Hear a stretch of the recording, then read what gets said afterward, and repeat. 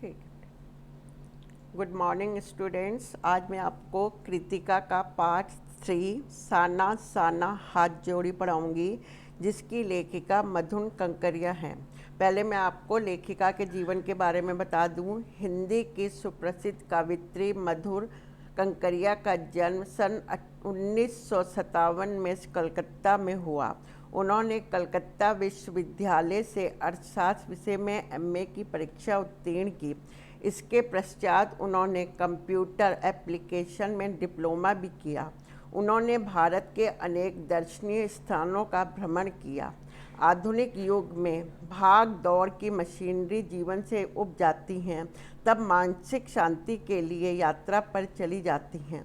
यात्रा के दौरान प्राप्त हुए अनुभव को शब्दबंद कर अभिव्यक्त करती हैं।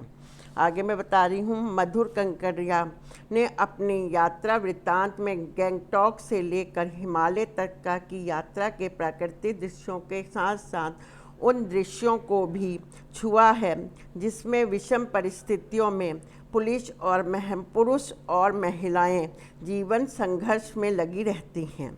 इस पाठ में लेखिका के सहृदय होने का पता चलता है, क्योंकि उनका मन प्राकृतिक की मनोहरी छटा देखने से अधिक जोखिम भरे कार्यों को करती हुई महिलाओं की ओर लगा है। आगे बता रही हूँ।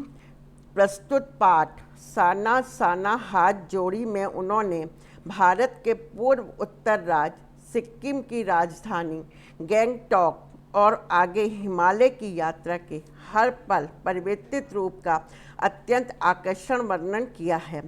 यात्रा वृत्तांत को पढ़ने वाले खुद ही यात्रा करते महसूस करते हैं। यहाँ पर लेखिका ने कहा है, जो मेरी यात्रा को पढ़ता है उसे खुद ऐसा लगता है जो लिखा हुआ है कि मैं उस स्थान की यात्रा कर रहा हूँ। इस यात्रा वृत्तांत की प्रमुख विशेषता यह है कि लेखिका परिश्रम लोगों के प्रति आदर सम्मान का भाव प्रदर्शित करती हैं और वे सामाजिक दायित्व को बड़े ही सावधानीपूर्ण निर्वाह करती हैं।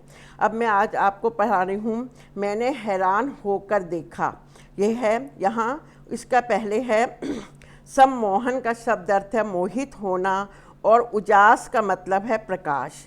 मैंने हैरान होकर देखा, आसमान जैसे उल्टा था और सारे तारे बिखर कर नीचे टिमटिमा रहे थे।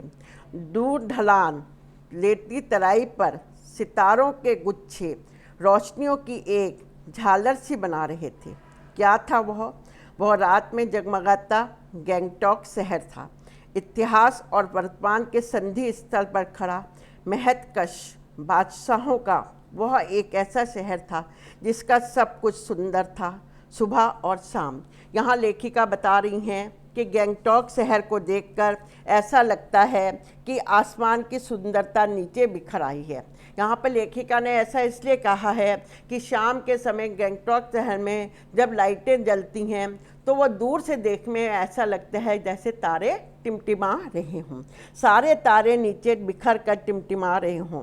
बादशाहों का एक ऐसा शहर जिसका सुबह शाम और रात सभी सुंदर है। लेखिका कह रही है, यह बादशाहों के शहर की तरह है और यहाँ आकर मुझे ऐसा लगा कि यह मैं सुबह हो चाहे शाम हो और रात हो, मुझे हर समय ये शहर बहुत ही सुंदर लग रहा था। सुबह होने पर एक प्रार्थना होठों को छू लेती थी। लेखिका कह रही हैं, धीरे धीरे एक उजासा उसे शून्य से फूटने लगा। उजासा प्रकाश, जब रात खत्म होती है और धीरे धीरे सुबह का प्रकाश आने लगता है तो लेखिका कहती है एक प्रार्थना होठों को छूने लगती है। साना साना हाथ जोड़ी हमो जीवन तुम कोसोरी। मतलब लेखिका कहती हैं इसका अर्थ है साना साना हाथ जोड़ी, छोटे छोटे हाथ जोड़कर प्रार्थना कर रही हूँ कि मेरा सारा जीवन अच्छाइयों को समर्पित हो। लेखिका कहती है यह जो लाइन थी और यह प्रार्थना मुझे आज सुबह यहाँ बोलने वाली एक नेपाली युक्ति से सीखने को मिली। एक नेपाली औरत के द्वारा मुझे ये प्रार्थना सीखने को मिली। सुबह हो हमें युगथाना के लिए निकलना था। युगथाना सिक्किम में एक जगह का नाम है।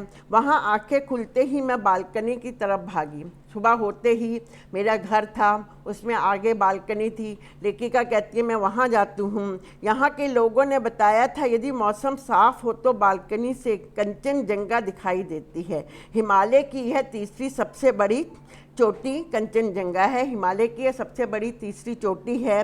पर मौसम अच्छा होने के बावजूद आसमान हल्के हल्के बादलों से ढका हुआ था। लेखिका कह रही मौसम बहुत अच्छा था पर आसमान में हल्के हल्के बादल थे। पिछले वर्ष की तरह इस बार भी बादलों के कपाट ठाकुर जी के कपाट की तरह बंद थे। लेखिका कह रही हैं कि इस वर्ष भी मैं पिछले वर्ष भी आई थी और इस वर्ष भी आने पर मैंने देखा कि बादल छाए हुए हैं और मुझे बर्फ़ से ढकी चोटी नज़र नहीं आ रही है। कंचनजंगा ना दिखाई दी पर सामने ही रकम रकम के रंग बिरंगे, परंतु सामने ही तरह तरह के रंग बिरंगे इतने सारे फूल दिखाई पड़े कि लगा कि फूलों के बाग में मैं आ गई हूँ। इन पहले का पहले मैं आपको क्वेश्चन बता रही हूँ कि हम झिलमिलाते सितारों की रोशनी में नाहया गैंगटॉक लेखिका को किस तरह सम्मोहित कर रहा था। सम्मोहित करता है, पहले उत्तर है इसका, झिलमिलाते सितारों की रोशनी में नाहया गैंगटॉक कुछ इस तरह लेखिका को सम्मोहित कर रहा था जिसे देखकर लेखिका हैरान थी। उसे लग रहा था कि आसमान उल्टा पड़ा हो और सारे तारे नीचे बिखर कर टिमटिमा रहे हों। डूल ढलान लेती तराई पर सितारों के गुच्छे रोशनियों की झालर की तरह दिख रहे थे। दूसरा, गैंगटॉक को मेहनतकश बादशाहों का शहर क्यों कहा जाता है। मेहनतकश मतलब मेहनत करने वाले लोगों का शहर क्यों कहा जाता है।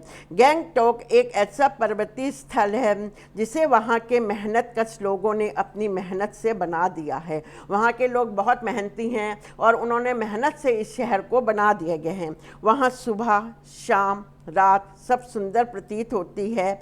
यहाँ से निवासी भरपूर परिश्रम करते हैं। यहाँ के निवासी जो हैं बहुत अधिक परिश्रम करते हैं, इसीलिए गैंगटॉक को महत्वकश बादशाहों का शहर कहा जाता है। आज मैंने आपको यहाँ तक पढ़ाया है, कल मैं इसका आपको अगला पैरा पढ़ाऊँगी।